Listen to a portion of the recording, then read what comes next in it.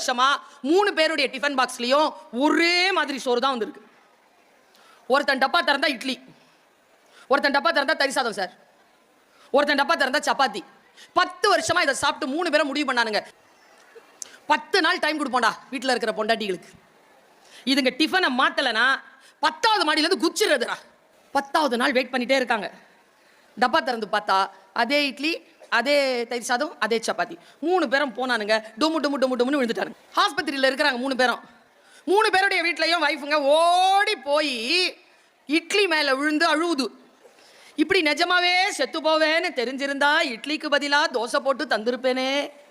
தயிர் சாதம் இருக்குல்ல, அதுவோன்னு அழுது. ஐயோ, நீ உண்மையாவே செத்து போயிடுவேன்னு தெரிஞ்சிருந்தா நான் வேற ஏதாவது கலந்து கொடுத்துருப்பேனே.